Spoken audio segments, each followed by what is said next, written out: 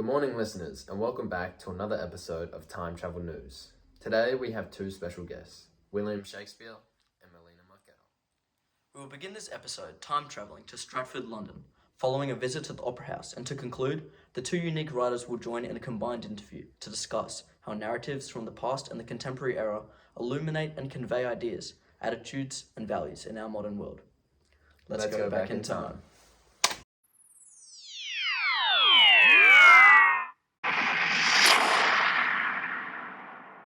Oh no, it looks like we've travelled too far. Quick, hit it again.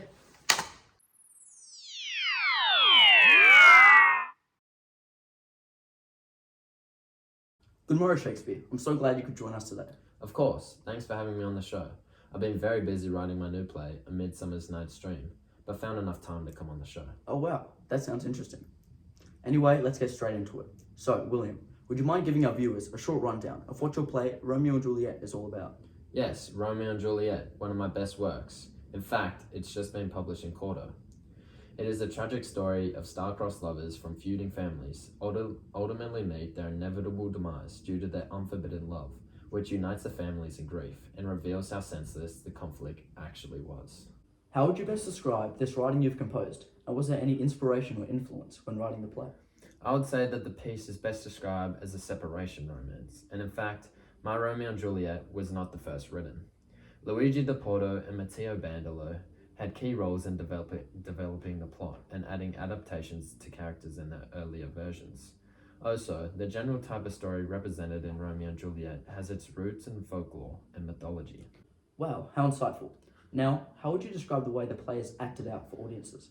Well, although Romeo and Juliet acted and spoke with an immediacy and unrhetorical naturalness that communicated itself easily to young modern audiences, the larger aspects of their love, its developing maturity and final dignity, were diminished by a simplistic emphasis on adolescence. Viewers exit the theatre more than just a sweet final sadness. Now, with all the compositions in literature, there are plenty of critics to give their 2 cents. How would you describe the comments you have received thus far on your work? Critical opinion on Romeo and Juliet has ranged from simplistic admiration to measured approval, raising a number of interrelated and controversial question marks. Okay, thank you so much for your time. Now, for the next segment of today's show is an interview with Melina Marketa outside the Sydney Opera House.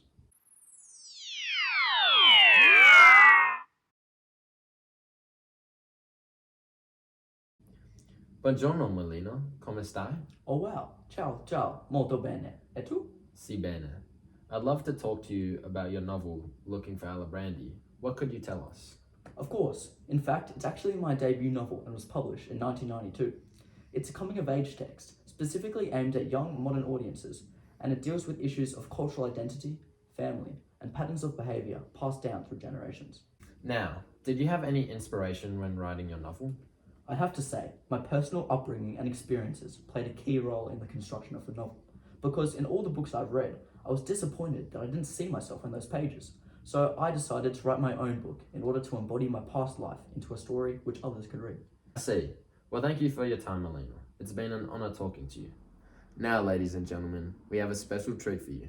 Shakespeare and Melina will now come together and explore the similarities and differences and the vast themes and tropes, and most of all, discuss how the narratives from the past and the contemporary era illuminate and convey ideas, attitudes, and values in our world.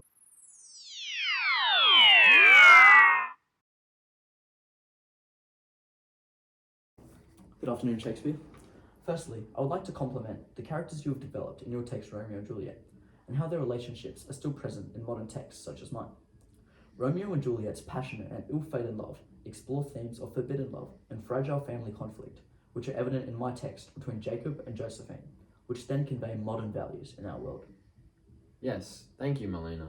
Romeo and Juliet are two star-crossed lovers from feuding families, and their constant simpatico is revealed through underlying techniques in their speech. I employ figurative language such as oxymorons in the lines Romeo's cold fire and Juliet's beautiful trident to reveal their similar emotions of confusion. These oxymorons emphasize the deep connection and understanding between Romeo and Juliet, and how the contradictory terms in their speech reveal the simpatico and the unique bond that transcends societal barriers and unites them in their journey of love. Yes, I also realised that you employ iambic pentameter when Romeo and Juliet speak to each other. This iambic pentameter reveals the lovers' connections as they are able to speak to each other in a compatible flow and can almost finish each other's sentences. Shakespeare, you successfully achieve a sense of harmony between Romeo and Juliet through the use of well-ordered rhyming schemes, playful wordplay, and continuous iambic pentameter. Oh yes, this scene of order created through iambic pentameter is made evident in two of Romeo's lines in Act 2, Scene 2. During the balcony scene, the brightness of her cheek would shame those stars as daylight doth the lamp, her eyes in heaven. This quote also employs the same stars motif that Romeo adopts throughout the play, further illustrating their simpatico. Well, isn't that just amazing? And in fact, the notion of simpatico between the lovers from your text is still a prevalent idea in modern society. I employ an appropriated concept of simpatico in my two characters, Jacob and Josephine, in chapter 10, when the two fight the nasty Greg Sims in the McDonald's car park, a key picture of teenager culture. In the scene, the violent antipathies betray secret infinities that reveal their suppressed relationship, as the two characters share their loss of sensibility and their violence. This is a modern trope in film and literature, and is very common in adolescent society, evident in many other romantic films, as seen in The Kissing Booth. I got this. Relax, Tiny Flynn. How about I relax your face? Lee, it's fine. I got this. I did not think that through. No. Noah!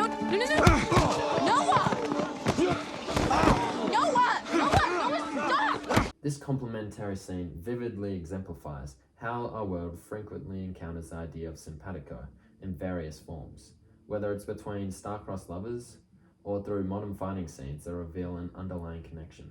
Agreed.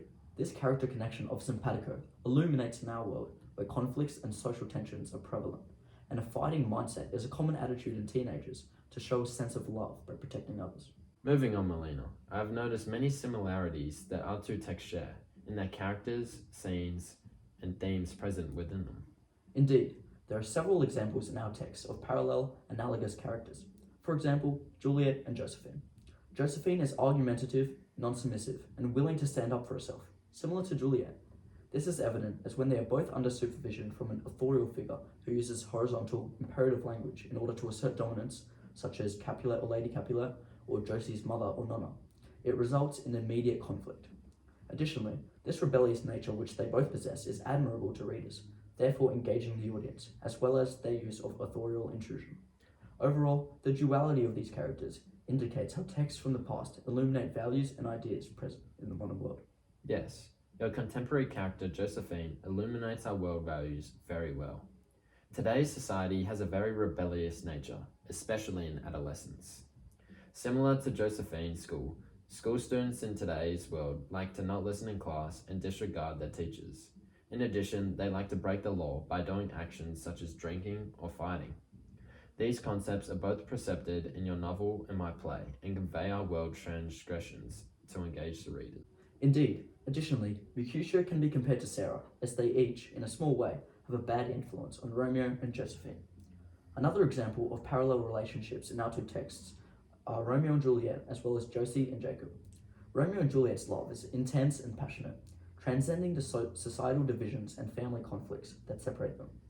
You portray their love as a force that is beyond their control, driven by fate and destined for tragedy.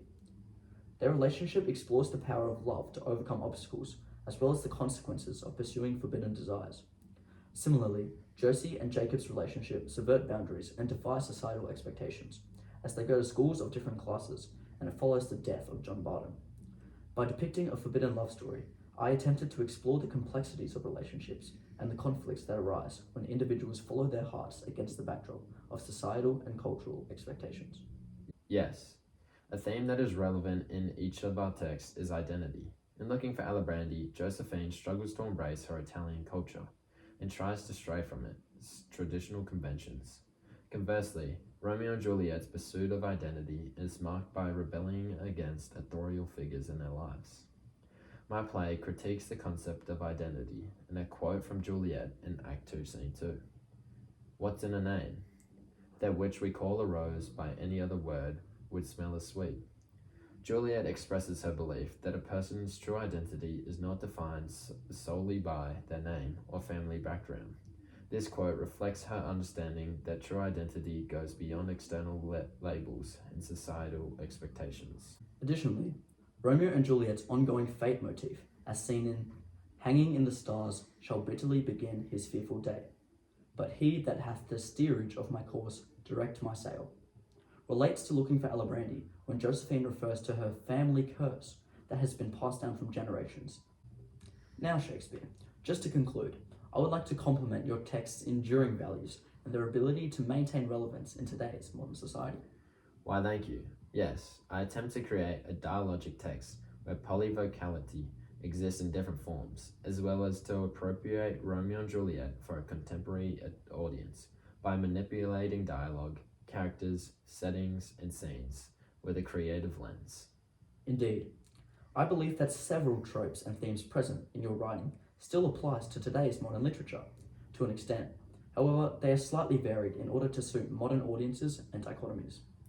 It relates to the concept that literature is an ongoing dialogue, that the nature of humanity over time is explored through literary texts, and it ultimately embodies the idea of how narratives from the past and the contemporary era illuminate and convey ideas, attitudes, and values in our world.